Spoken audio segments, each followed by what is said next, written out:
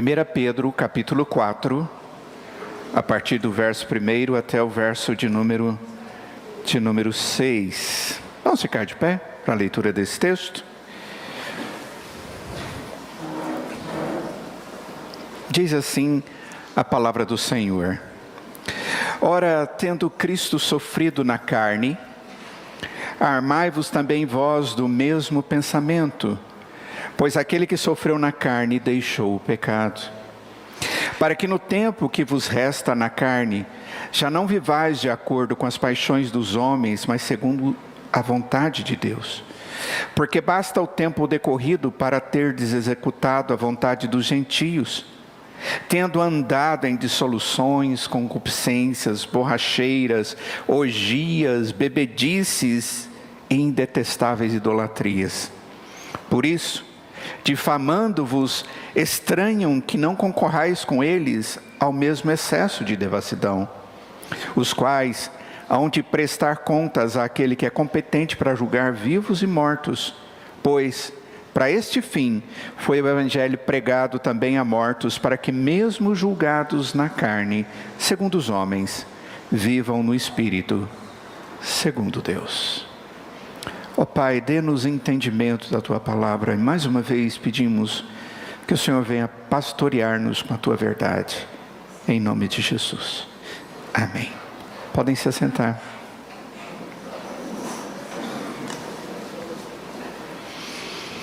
Nós estamos estudando o texto de 1 Pedro e agora chegando no capítulo 4. Estamos há 1 ano e pouco fazendo essa caminhada.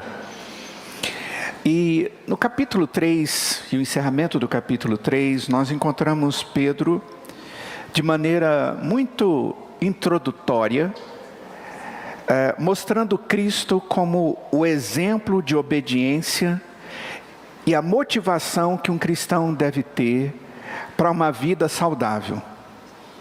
Mas não uma vida saudável diante de um mundo favorável a ele. Na verdade, o que Pedro mostra é que o cristão, ele tem que viver uma vida saudável em qualquer situação. E o que ele vai nos mostrar, e nos mostrou no texto anterior, é que o cristão acaba sofrendo muitas dificuldades que são inevitáveis por causa da sua fé. E ele diz que nós devemos nos lembrar, no texto anterior, ele diz dos sofrimentos de Cristo Jesus, como exemplo. E ele diz, olha, Cristo também sofreu. E ele diz, olha, o Deus verdadeiro que veio com toda a verdade foi perseguido e foi morto.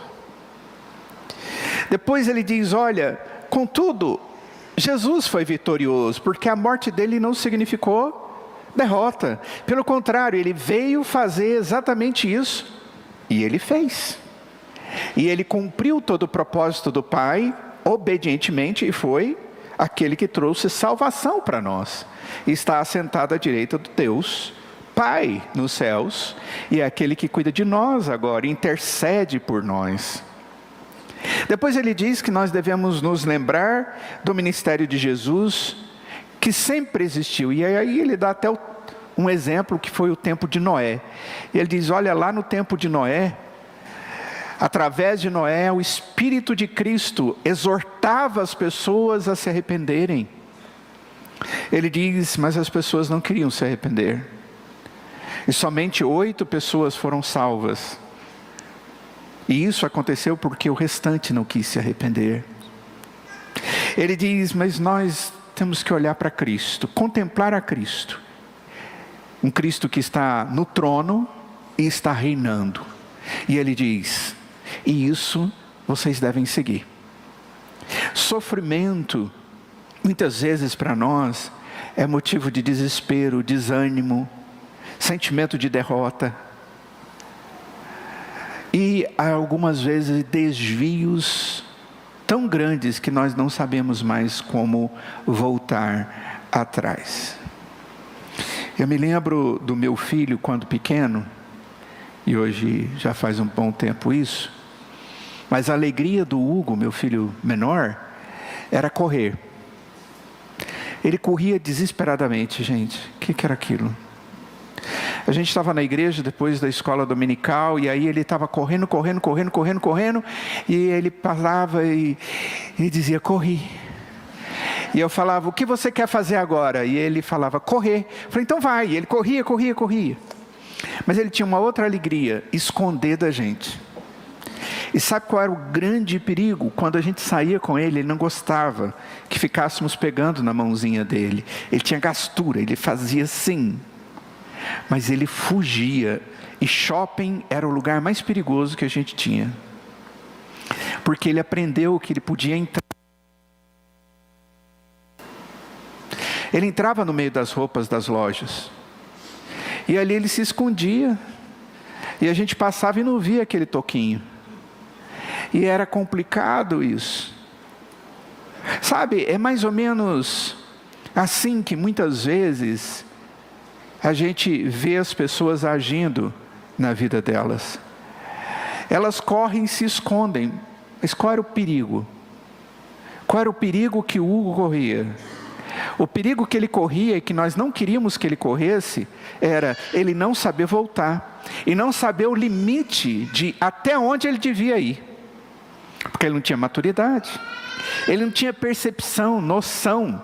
Então o meu medo era ele sair do caminho e ir para um caminho que eu não estava, ou a mãe não estava, e nós não saberíamos onde encontrá-lo.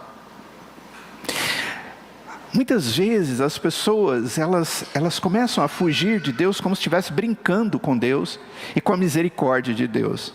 Dizendo, não, Deus é misericordioso, eu vou andar mais um pouquinho que Ele vai me perdoar, Ele vai cuidar de mim, Ele vai ser bonzinho, Ele vai ser gracioso. E Ele é, viu? Ele é fantástico, esse Deus. Só que alguns fazem isso e depois não deixam o rastro para voltar para trás. E eles se perdem no meio do caminho da perdição. E nós não podemos viver essa realidade. O que Pedro está falando aqui é de sofrimento que os crentes estavam passando, verdadeiros cristãos estavam passando. Por quê? Porque eles amavam a Cristo Jesus, mas eles viviam num mundo normal, onde eles também eram tentados a viver coisas que as outras pessoas viviam, e que eles haviam vivenciado também antes de crerem em Cristo Jesus. Mas eles também sofriam dificuldades porque aqueles que não eram cristãos não gostavam da fé deles. Os judeus não gostavam. Os romanos, os judeus dominavam religiosamente. Os romanos dominavam politicamente, socialmente, dominavam a polícia, dominavam tudo. E eles não gostavam dos cristãos. Por quê? Porque os cristãos tinham um rei que não era César. E que dizia que servia prioritariamente a esse Deus e rei. E agora nós chegamos no capítulo 4. E nós vemos Pedro continuando a conduzir aqueles cristãos que ele falou até então que deveriam aprender a viver o sofrimento. Ele vai ensiná-los ainda mais a respeito do mesmo assunto. Então ele não está mudando de assunto. Ele está falando sobre a vida cristã, só que agora ele vai acrescentar um elemento que ele chama de vontade de Deus. Como que eu vou viver a vontade de Deus no meio do sofrimento? Porque o sofrimento é sempre um desafio para nós. E as buscas de solução são grandes tentações para fazermos aquilo que não deveríamos fazer. O que ele vai nos mostrar aqui? O que ele vai nos mostrar durante a carta inteira, 1 Pedro inteiro, e que é relevante para mim e para você. O seu principal objetivo é ajudar o cristão a suportar as dificuldades, escolhendo ou mantendo-se no sofrimento, se for necessário, ao invés de escolher o pecado e o desviar-se de Deus. Essa vai ser a ênfase dele. Olha, em alguns momentos eu vou ter que decidir ficar nas dificuldades. Porque a outra oportunidade tem a ver com o pecado. E o pecado, eu não vou entrar nele. Exatamente essa a temática que Pedro traz aqui no texto, quando ele fala sobre vontade de Deus. Como é que nós vamos então ter uma vida para fazer a vontade de Deus? Sendo que a principal vontade de Deus para mim e para você, para o Fernando que testemunhou a fé dele hoje, e para cada um de nós que aqui está, é que nós não só creiamos em Cristo Jesus e falemos na igreja a respeito de Cristo Jesus. Isso é a coisa mais fácil do mundo, viu, gente? Falar a respeito de Deus e sorrir para todo mundo e falar que Deus te abençoe, aqui é o lugar mais fácil. Agora, viver a fé cristã no meio de um mundo que não ama Cristo, que não tem aceitação daquele que ama Cristo, e eu vou mostrar por que isso acontece agora mesmo para vocês, é a grande situação. Como fazer a vontade de Deus, que eu viva a vida cristã de maneira saudável, e através disso testemunhe a Cristo como Salvador, meu Salvador, para as outras pessoas, em qualquer circunstância. E a primeira coisa que nós vamos ver, e vamos caminhando no texto, no verso de número 1, ele diz: ora, tendo Cristo sofrido na carne, armai-vos também vós do mesmo pensamento, pois aquele que sofreu na carne deixou o pecado. O que Pedro está querendo dizer com isso? O que ele está querendo nos mostrar é que esse testemunho cristão, ele tem que ser destemido. E mais uma vez ele mostra, o exemplo é Jesus. Mas ele é cansativo, hein? Ele fica repetindo a coisa mais de uma vez. Não, ele está mostrando um detalhe a mais a respeito dessa atividade ministerial que Cristo teve. Qual foi a atividade ministerial de Jesus? Ele veio como nosso mediador. Você já imaginou alguém dizer para você assim: olha, você vai fazer alguma coisa, mas no final de tudo que você fizer, as pessoas vão começar a ter raiva de você, eles vão cuspir em você. Eles vão falar mal de você, eles vão te perseguir, eles vão querer te matar. Algumas vezes você vai ter que correr e fugir, porque senão eles vão matar você. E aí você corre. Aí eles vão dizer para você assim: olha, mas fique tranquilo, você vai cumprir o seu propósito, porque no final o seu propósito vai ser cumprido. E você fala: qual é o meu propósito? E alguém vai dizer: no final você vai correr, lutar, falar o que é verdadeiro, vai fazer tudo de bom para todo mundo, vai curar a gente, vai abençoar pessoas, mas no final vão tirar a sua vida. Você toparia isso? Jesus nasceu para morrer. Jesus nasceu para cumprir o propósito do Pai na sua vida. Jesus nasceu para dar a sua vida em resgate de muitos. Jesus veio ao mundo para sofrer todas as coisas sem jamais ter pecado. Foi injustiçado porque a justiça estava nele e nos seus atos. Ele tinha um propósito de vida, e o propósito era cumprir a vontade do Pai. E a vontade do Pai é: você vai nascer, você vai se encarnar, você é o Filho, vai se encarnar e vai viver no meio dos homens, vai amar os homens, vai demonstrar que você é o verdadeiro Deus e vai morrer por estes homens que te odeiam, que não gostam de você, esses homens que são arrogantes, desejosos do seu próprio interesse. Cristo é o exemplo que ele traz aqui no texto. Cristo, ele sofreu na carne para alcançar a vontade do Pai, ser o Salvador. Nós somos chamados a fazer a vontade do Pai, e a vontade do Pai é viver a verdadeira vida cristã, e dessa forma testemunhar a Cristo aos perdidos, mesmo que isso tenha custos, sofrimento. E é isso que Pedro está dizendo: sempre vai ter sofrimento. Por que Pedro continua com essa argumentação de sofrimento e vitória baseada em Cristo Jesus no texto? A primeira palavra aí do verso de número 1, que nós vimos do capítulo 4, é a palavra armar. Armai-vos. Pegue a armadura. Essa é a mesma palavra, o mesmo vocábulo que o apóstolo Paulo usa para Efésios capítulo 6, a partir do verso 13 ao verso de número 17, quando ele fala que o cristão deve usar a armadura de Deus para ele enfrentar os inimigos. E ele diz que os nossos inimigos não têm nada a ver com carne e sangue, mas sim com principados e potestades. O que ele está dizendo é que a luta, ela não é física, essa luta é espiritual e ela precisa ser discernida de forma espiritual. Mas é claro que ela tem pessoas no meio disso, mas elas se discernem de forma espiritual. O ministério da proclamação e da vivência do Evangelho de Cristo Jesus, que é o propósito de Deus para a minha vida e sua, é cercado de grandes batalhas e, eventualmente, sofrimentos.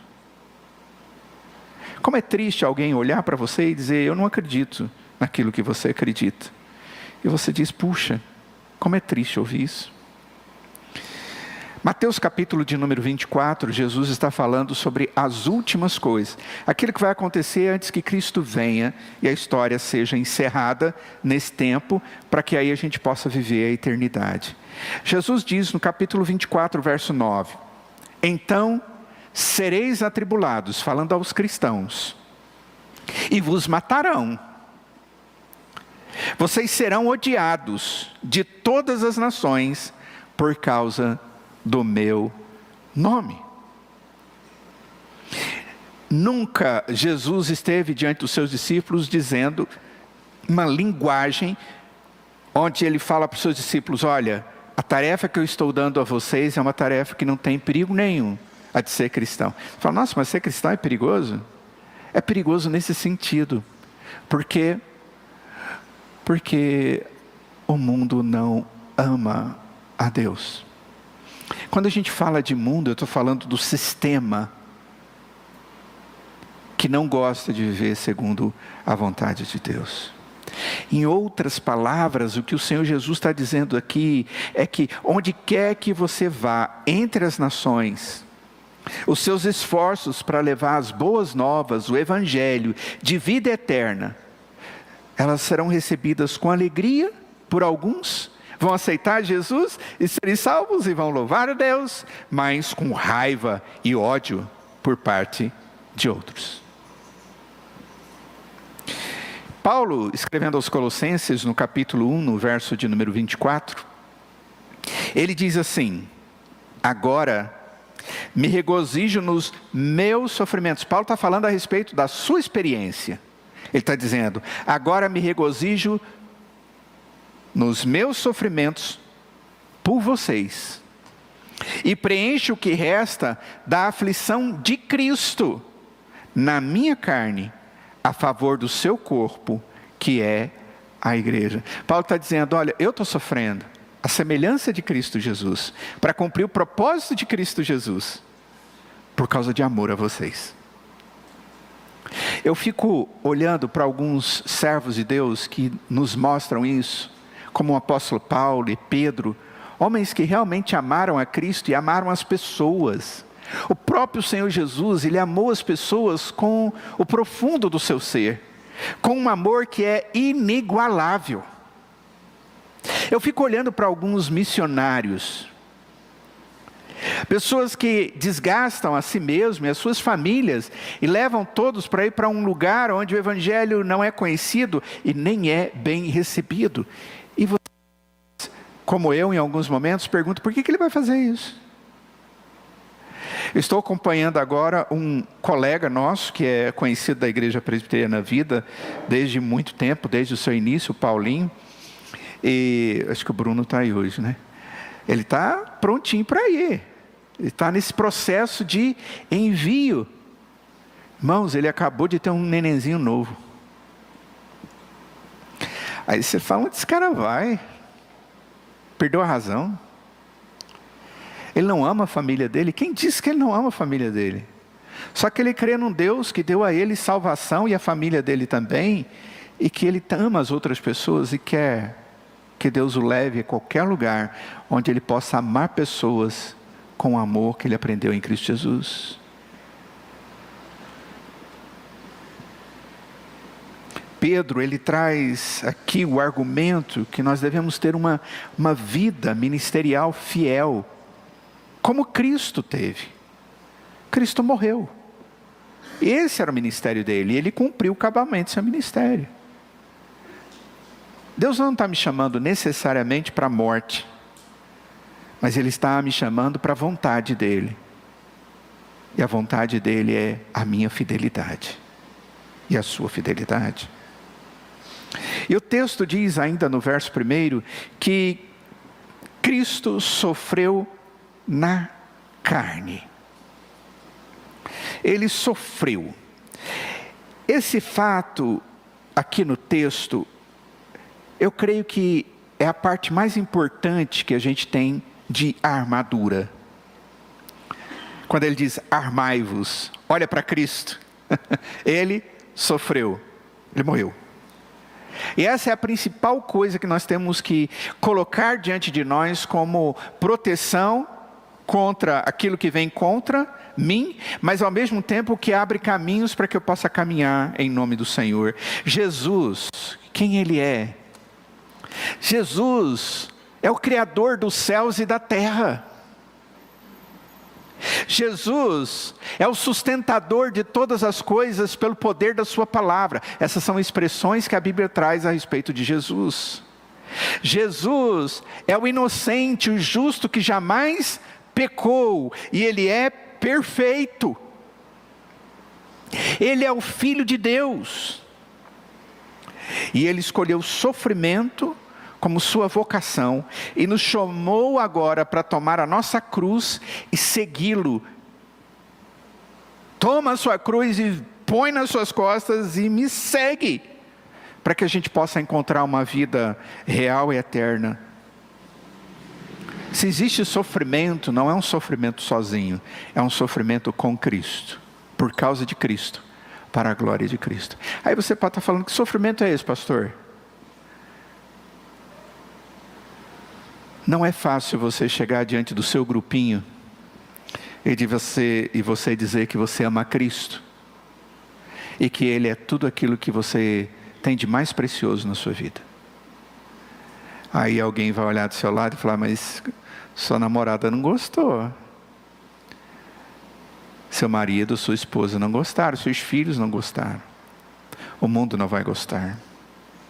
E aí você diz, olha, isso não tem nada a ver com a minha vida, porque isso não honra ao meu Senhor, e nem glorifica ao meu Senhor, e a minha vida tem como propósito inicial, acima de todas as coisas, glorificar a Deus. E aí você diz, mas você ficou bobo? Para ser um cristão, você precisa abrir mão destas coisas.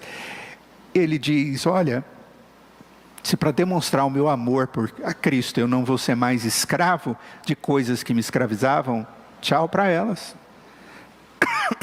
É assim que o mundo nos persegue, nos ridicularizando, nos questionando, falando, como pode alguém tão inteligente crer em Deus? Isso não é coisa de pessoas inteligentes.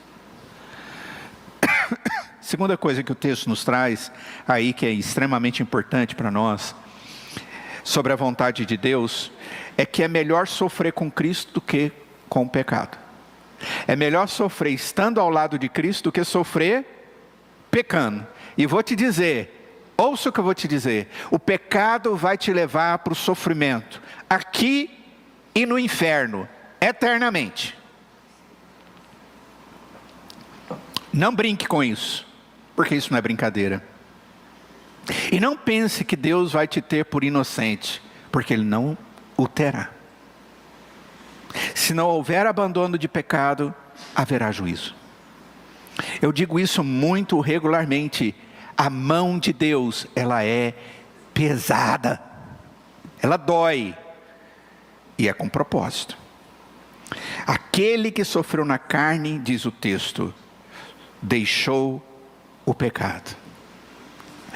Se você confia em Deus o suficiente para sofrer por fazer o que é certo, o que é correto, então você fez uma ruptura decisiva, verdadeira, para todo sempre do pecado. Se você disser para você mesmo, olha, você é um cristão, custe o que custar, o que você está dizendo é, eu estou fazendo uma ruptura com aquilo que me tirava da comunhão com Deus, o meu pecado. Isso é uma decisão, irmãos. E é uma decisão necessária que precisa existir. Ou seja, decida a favor do sofrimento se for necessário.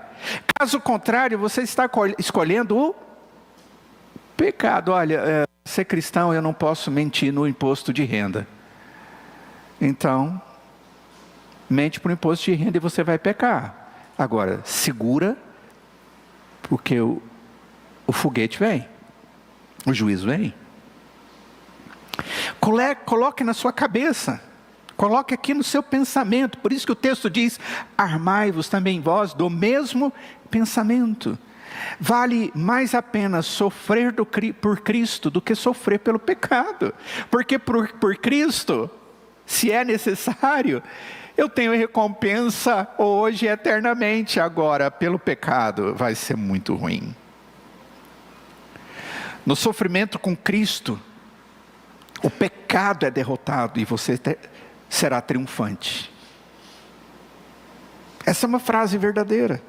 Se você chegar ao ponto em que sofre por causa da justiça, por amor ao nome do Senhor Jesus, você deixou de pecar e as pessoas estão olhando para você e dizendo, poxa, realmente o pecado ficou para trás. Houve uma ruptura com o passado do pecado. Como que essa ruptura com o pecado ocorre? Como é que eu trato o pecado na minha vida? Porque a Escritura diz que todos nós somos pecadores. Mas um cristão, ele não vive para pecar, ele vive para glorificar a Deus. O pecado, ele é eventual e ele é algo que, ao visualizar, eu saio correndo dele. Ou, antes de pecar, a Escritura diz que eu devo fugir dele, do mal, do pecado. No verso de número 2 aí do texto diz, de 1 Pedro capítulo 4, para que no tempo que vos resta na carne, já não vivais de acordo com as paixões dos homens, mas segundo a vontade de Deus. É assim que nós fazemos a ruptura com o pecado na nossa vida. Quando nós decidimos viver segundo a vontade de Deus. Mas quando nós sofremos pelo que é correto, é o sinal, olha, eu estou renunciando, e agora as coisas vão ser diferentes. Só que o texto fala uma coisa aí que eu acho muito interessante, ele diz assim, no tempo que vos resta na carne. Ele está dizendo assim, no tempo que você ainda tem de vida. É exatamente isso. Ele não está falando de vida eterna, ele está falando da vida aqui. Ele está dizendo, crente, é o seguinte, ou jovem, ou senhor e senhora, ou menino, menina, adolescente, olha para mim, presta atenção. É mais ou menos Deus dizendo isso para o indivíduo. Olha, Jesus o ama e quer que você conheça Ele como seu Senhor, para Ele ser aquele que conduz a sua vida e você possa ter uma vida de alegria e de retidão segundo os propósitos dEle. E você olha para Deus e diz assim, não, peraí, vamos fazer o seguinte, não está na hora ainda de eu decidir por Cristo, eu ainda tenho muita coisa para viver, entre aspas. Eu tenho muita coisa para fazer, entre aspas. Só que esse viver, esse fazer, esse comer, esse beber, esse se alegrar, está ligado a pecado. Aí eu digo para mim mesmo, olha, quer saber, ainda não está na hora não. Não está na hora porque eu sou um pecador, então eu ainda estou preferindo o pecado do que ter o meu compromisso com Deus. Cuidado. A orientação do Senhor é o que resta da sua vida, consagre ao Senhor. E quando eu digo cuidado, queridos, porque você não sabe quando resta da sua vida. Eu não sei quanto resta da minha vida.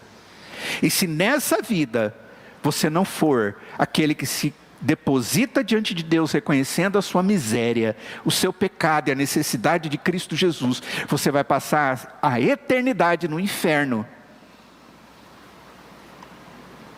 Essa é a realidade. Ele não pode ser mais claro do que ele está sendo. É isso que a palavra de Deus está dizendo para nós. Olha, o que resta, o tempo que te resta na carne, não viva mais de acordo com as paixões dos homens. A carne, a natureza caída, mas segundo a vontade de Deus.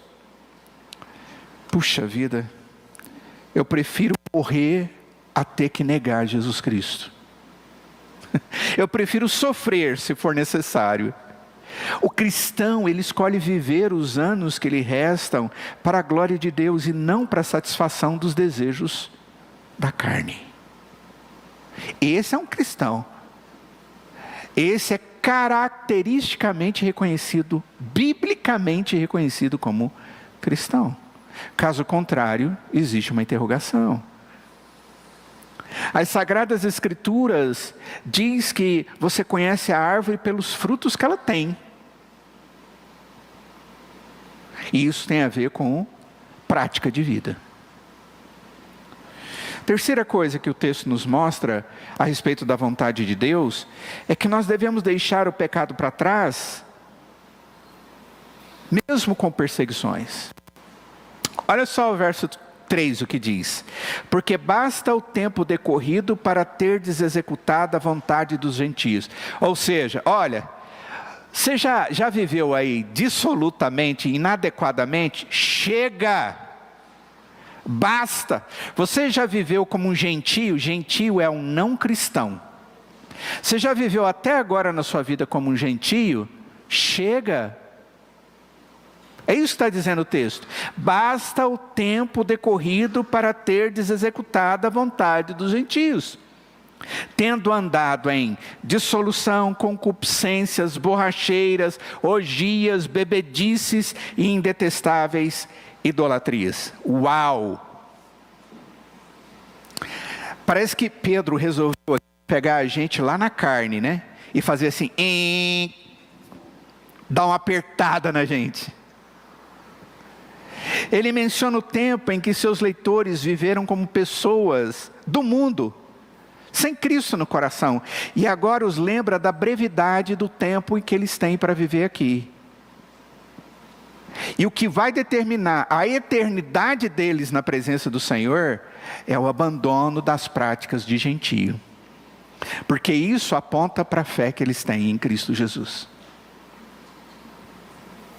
O período de vida separada de Deus, ele diz, para um cristão pertence ao passado. Pedro está aqui muito consciente de que o mundo e as suas pressões cercam os cristãos todo o tempo. Não é coisa daquela época, sempre aconteceu. Ele como se estivesse trazendo para a memória da gente o estilo de vida anterior, com o qual romperam, eu devo romper de uma vez por todas. Qual é o estilo de vida?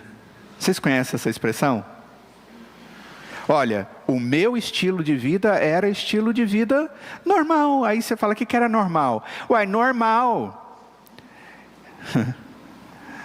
Normal é segundo o mundo? As paixões da carne? Sem Cristo? Esse era o padrão de vida seu. Se você tem Jesus no seu coração, não pode ser mais.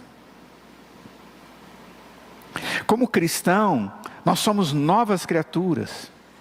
E nós devemos deixar os pecados de outrora, que fazia parte do nosso velho homem. Os anos que me restam agora pertencem a Deus e eu vou dedicar a Ele. Eu vou amá-lo, eu vou honrá-lo, eu vou respeitá-lo, eu vou servi-lo, eu vou ser instrumento nas mãos dEle. Por onde eu andar, eu quero fazer com que as pessoas vejam Cristo na minha vida. Independente se elas são cristãs ou não, eu quero ser bênção na vida delas. Eu quero enriquecê-las com a minha vida, porque a minha vida está enriquecida com Cristo. Eu não quero dar para elas o pior, eu quero dar o melhor. E o melhor que pode existir na vida de uma pessoa é Cristo. E a imagem de Cristo em nós. Nada melhor. É interessante porque aqui Pedro faz uma relação de pecados que caracterizam o mundo não cristão daqueles dias. E aí vocês vão dizer para mim se tem a ver com os dias de hoje. Ele diz aí no texto, no verso, não é? Que nós acabamos de ler, o verso de número 3.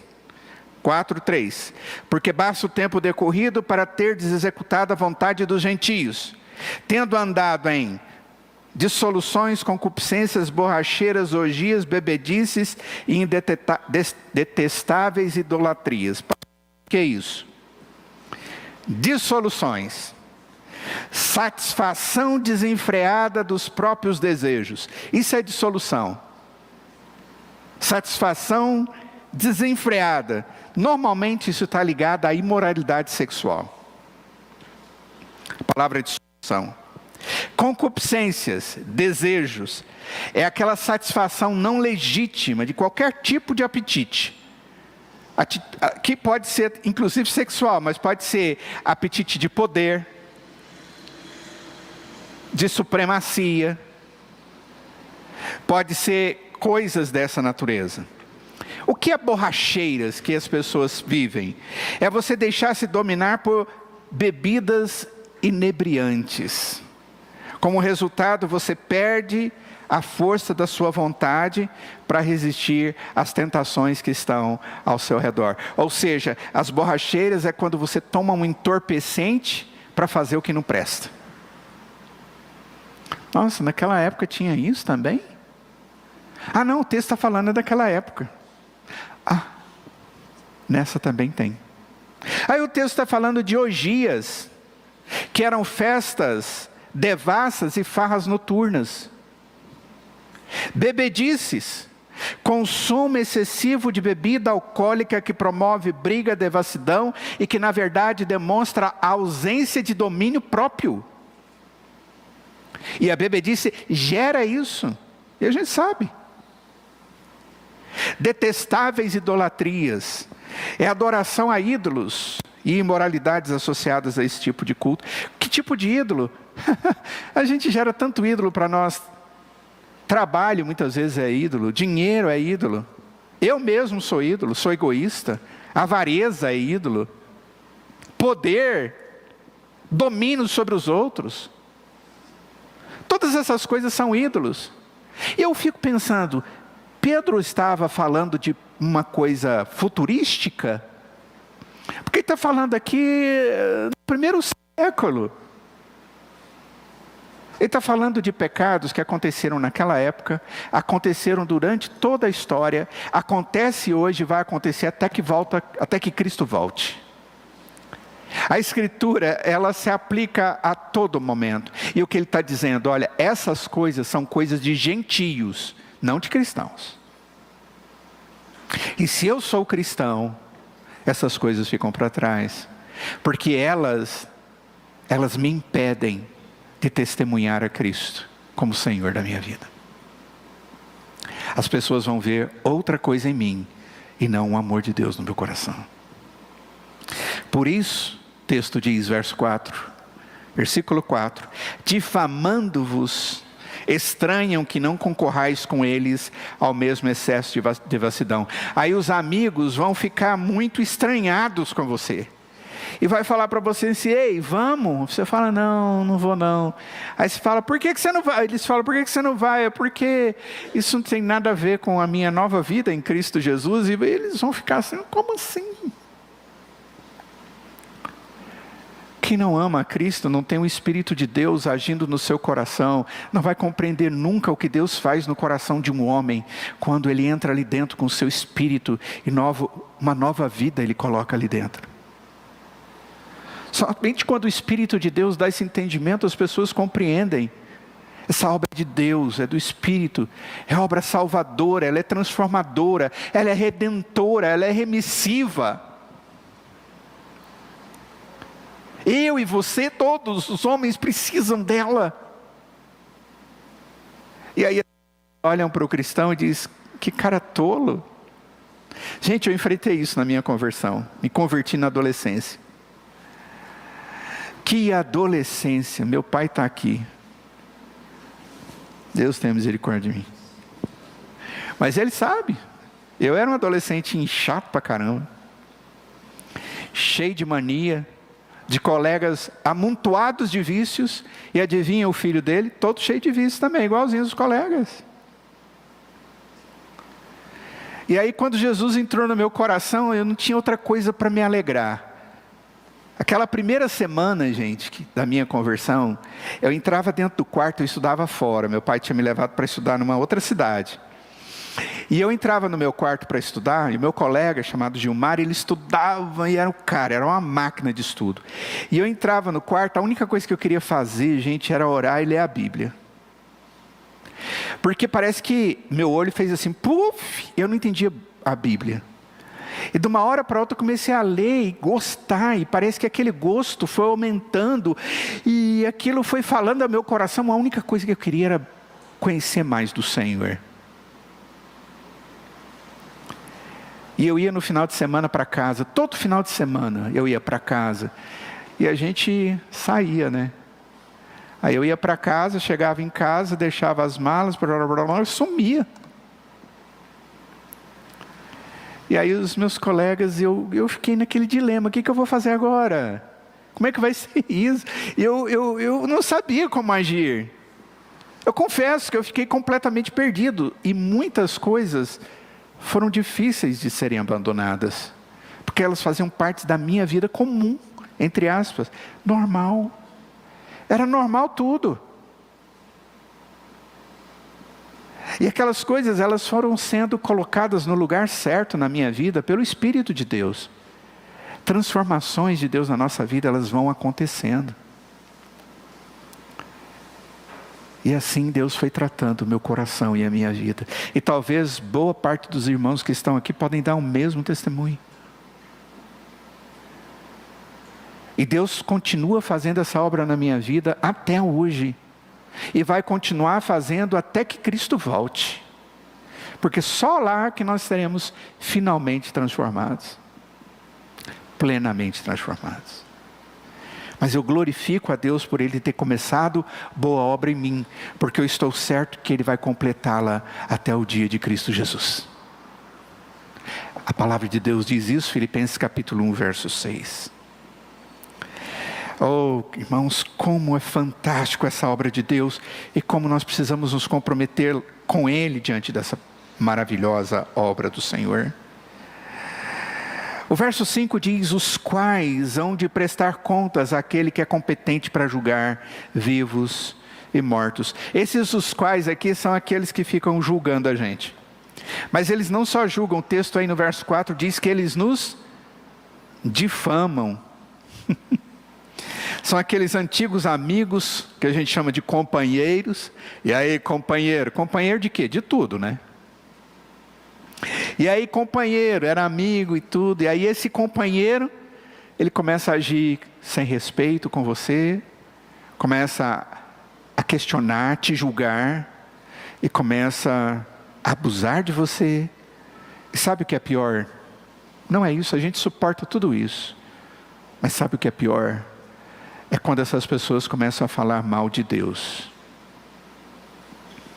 O coração da gente não aguenta.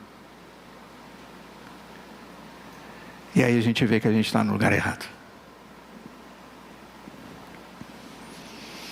Essas pessoas, o verso 5 diz, olha, não faça nada, vai viver a sua vida,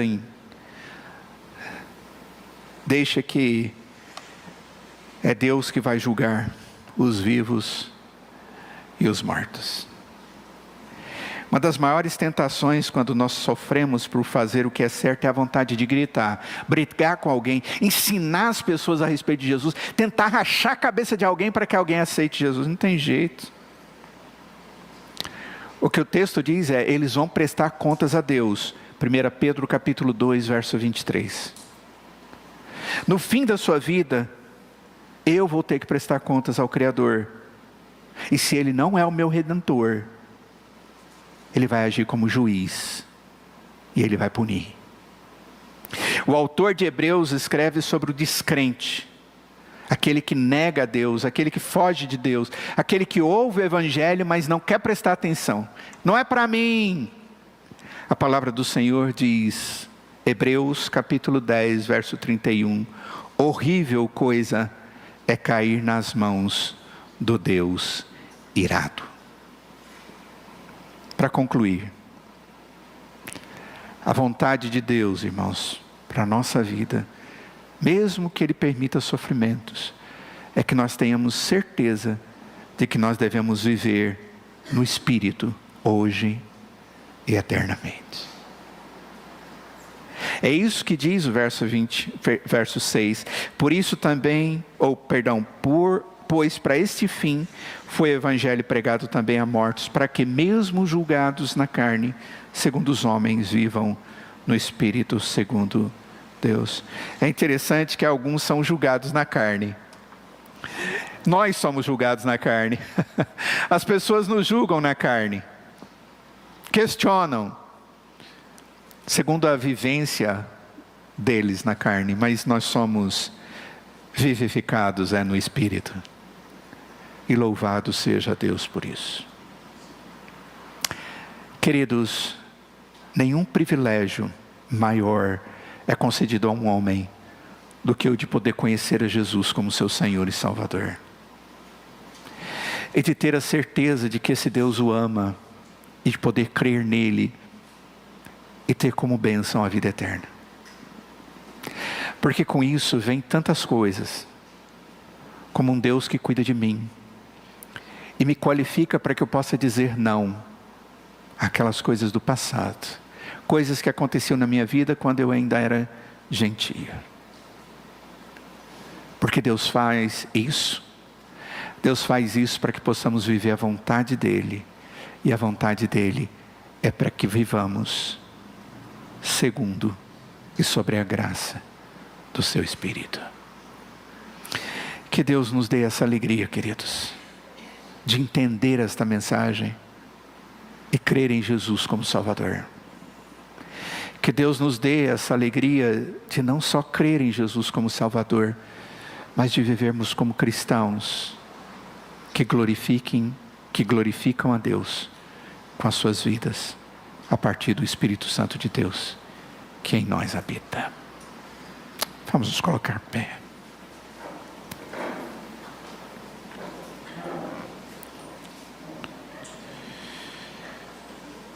Ó Deus, nesse texto da Tua Palavra, nós vimos que a pregação do Evangelho, ela produz dois efeitos na vida de quem crê: a censura dos homens que não creem, e a aprovação do Senhor, e é isso que nos importa. Ó Deus, obrigado porque o Evangelho foi proclamado, e nós ouvimos, e pela graça do Senhor cremos. E imploro para que o Senhor esteja agindo no coração de cada um de nós aqui. Que o Senhor esteja nos sustentando na fé. Que o Senhor esteja nos fortalecendo para dizermos não ao pecado, Senhor, na medida em que dizemos sim ao Senhor e à sua vontade na nossa vida. Livra-nos, ó Pai, do pecado de sermos encontrados infiéis diante do Senhor. Promova a Tua graça na nossa vida, para o Teu louvor e para o nosso bem. Quero mais uma vez agradecer pela vida do Fernando, que hoje testemunhou a sua fé em Cristo. Sustente a sua vida cristã, ó Pai. Sustente-o para que ele possa ser sempre um vencedor em Cristo Jesus, para a glória do Teu nome. Nós oramos, ó Pai, em nome de Jesus, e imploramos para que a graça de Deus, do Deus Pai, esteja sobre cada um de nós, que a bênção do Espírito Santo esteja sendo derramada sobre as nossas vidas, e que a ação da obra de Cristo Jesus seja sempre compreendida por nós como verdadeiramente fiel. Em nome de Jesus. Amém.